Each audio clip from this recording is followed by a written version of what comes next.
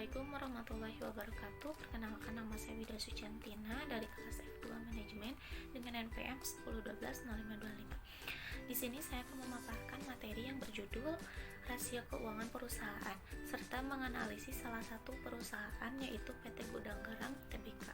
Kita akan memasuki studi kasus di PT Gudang Garam Tbk periode 2020 yang berlatar belakang. Perusahaan rokok Gudang Garam adalah salah satu industri rokok terkemuka di tanah air yang telah berdiri sejak tahun 1958 di Kota Kediri, Jawa Timur. Hingga kini, Gudang Garam sudah terkenal luas baik di dalam negeri maupun mancanegara sebagai penghasil rokok kretek berkualitas tinggi.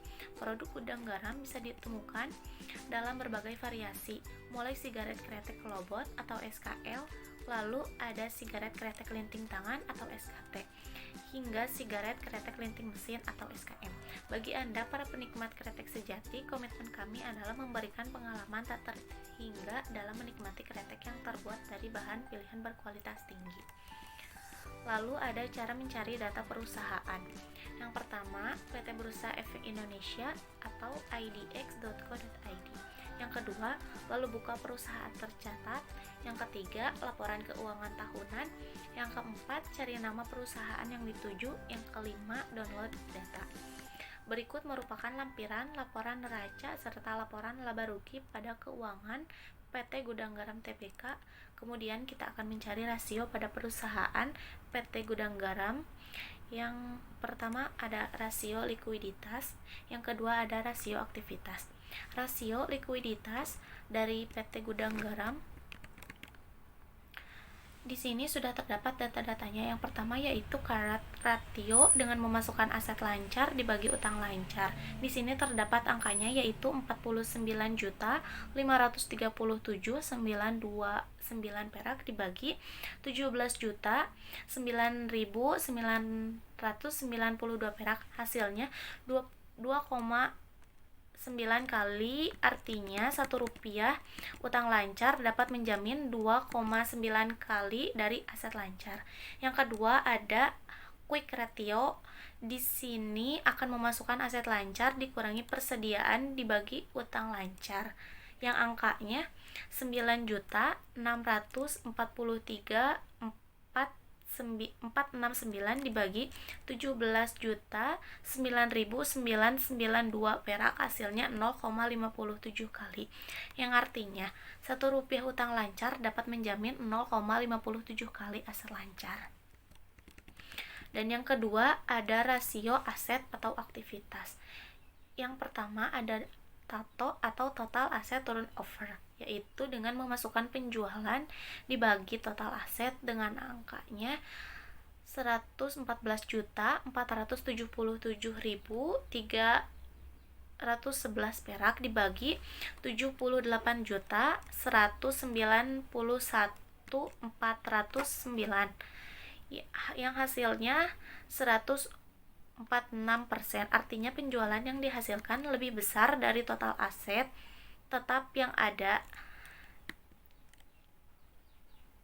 Yang kedua ada FATO, yaitu dengan memasukkan penjualan aset tetap yang angkanya 114.717.311 dibagi 27.678.244 perak. Hasilnya 413.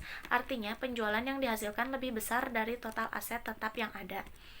Yang ketiga di sini ada rasio solvabilitas atau utang jangka panjang. Rasio solvabilitas ini dibagi dua. Yang pertama ada DER atau debt to equity ratio, yang memasukkan rumus total utang dibagi modal dengan angkanya 19.668.914 perak dibagi 58.522.469. Hasilnya 33,60%. Artinya total utang perusahaan tidak lebih dari total modal perusahaan. Yang kedua ada DAR atau debt to asset ratio, yang memasukkan rumus total utang dibagi aset yang angkanya 19.668.914 dibagi 78.191.409 hasilnya 25%. Artinya total utang perusahaan tidak lebih dari total aset perusahaan. Yang keempat ada rasio profitabilitas yang merupakan rasio untuk mengukur kemampuan perusahaan dalam menghasilkan laba. Semakin tinggi anaknya maka semakin baik.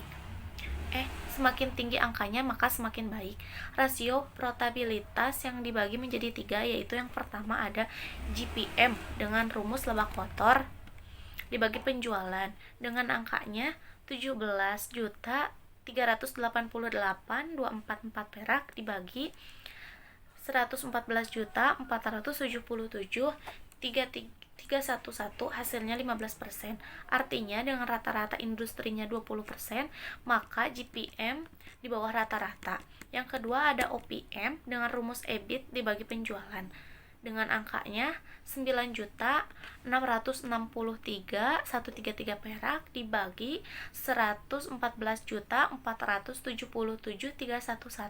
hasilnya 8%.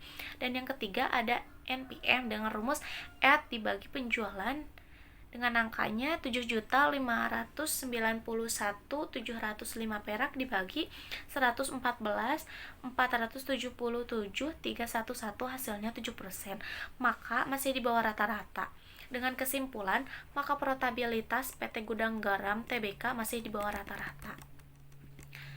Cara mencari data saham perusahaan. Yang pertama, PT Bursa Efek Indonesia atau idx.co.id. Yang kedua ada data pasar. Yang ketiga ada ringkasan perdagangan. Yang keempat ringkasan saham. Yang kelima cari data saham. Dilanjut ke rasio pasar dengan cara menghitung laba saham, yaitu ada laba per lembar saham yang memasukkan rumus ET dibagi saham beredar yang angkanya 7.591.705. Kenapa nolnya ditambah 6? Karena nilai pembukuan pada perusahaan dalam jutaan dibagi saham beredar yang angkanya 1.924.88 hasilnya 3.945.61. Dalam rasio pasar ini kita harus mencari atau menghitung PER